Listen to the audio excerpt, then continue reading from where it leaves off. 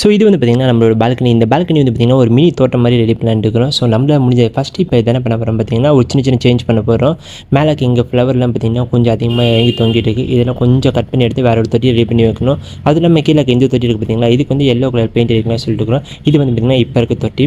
First என்ன பண்ண போகிறோம்னா உப்பு காயத்தை எடுத்து ஃபுல்லாகவே தேய்ச்சி எடுத்துக்கணும். ஏன்னா ஆல்ரெடி மண் வச்சு அதெல்லாம் தேய்ச்சி எடுத்ததுக்கப்புறம் தண்ணி எடுத்து ஃபுல்லாக குளிப்பாட்டி விட்டுடணும். அப்போ தான் கொஞ்சம் பெயிண்ட் அடிக்கிறப்ப மண் ஒட்டாமல் இருக்கும். கொஞ்சம் வெயிட் பண்ணி விட்டுடணும்.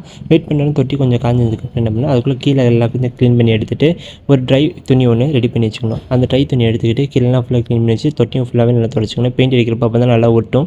அதுக்கப்புறம் வந்து பார்த்திங்கன்னா பெயிண்ட் எடுத்து ஒரு டப்பாவில் ஊற்றிட்டு கொஞ்சம் டின்னர் போட்டு நல்லா மிக்ஸ் பண்ணி எடுத்துகிட்டு ஒரு ப்ரெஷ் எடுத்து ஃபுல்லாக பெயிண்ட் அடிக்க ஆரம்பிச்சிட்டேன். அப்புறம் முன்னாடி பின்னாடி சொல்லிட்டு நல்லா கேர்ள்ஸ்க்கு மேக்கப் அடிக்கிற மாதிரி ஃபுல்லாக அடித்து முடிச்சிட்டேன். அடித்து முடிச்சா பின்னாடி சேர்ந்து திருப்பி எடுத்துகிட்டு ஃபுல்லாக அங்கே அடித்து முடிக்க ஆரம்பிச்சிட்டேன். ஸோ அவ்வளோ நீட்டாக இருந்துச்சு. அடிக்கிறப்பே பார்த்திங்கன்னா அவ்வளோ அழகாக இருந்துச்சு. மஞ்சள் கலர் அந்த செடிக்கு அதுக்கும் சூப்பராகவே இருந்துச்சு.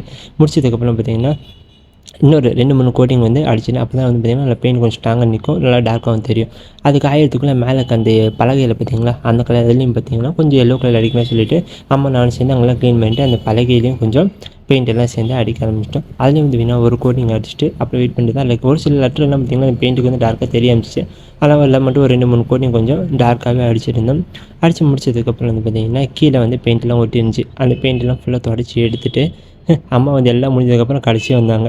இது பார்த்திங்கன்னா பெயிண்ட் அடித்து முடிஞ்சு இது ஒரு ரிசல்ட்டு. தொட்டியோட ரிசல்ட் வந்து பார்த்திங்கன்னா இதுதான் பெயிண்ட் அடித்து முடிச்சதுக்கப்புறம். இது வந்து ஃபஸ்ட்டு நம்ம பால்கனி ஃபஸ்ட்டு இருந்ததுக்கு பார்த்திங்கன்னா இதெல்லாம் கொஞ்சம் வந்து நம்ம சேஞ்ச் பண்ணியிருக்கோம். ஸோ இப்போ ரீசெண்டாக நம்ம சேஞ்ச் பண்ணியிருக்கிறது எப்படி இருக்குன்னு பார்க்குறீங்களா? இப்போ பாருங்கள்.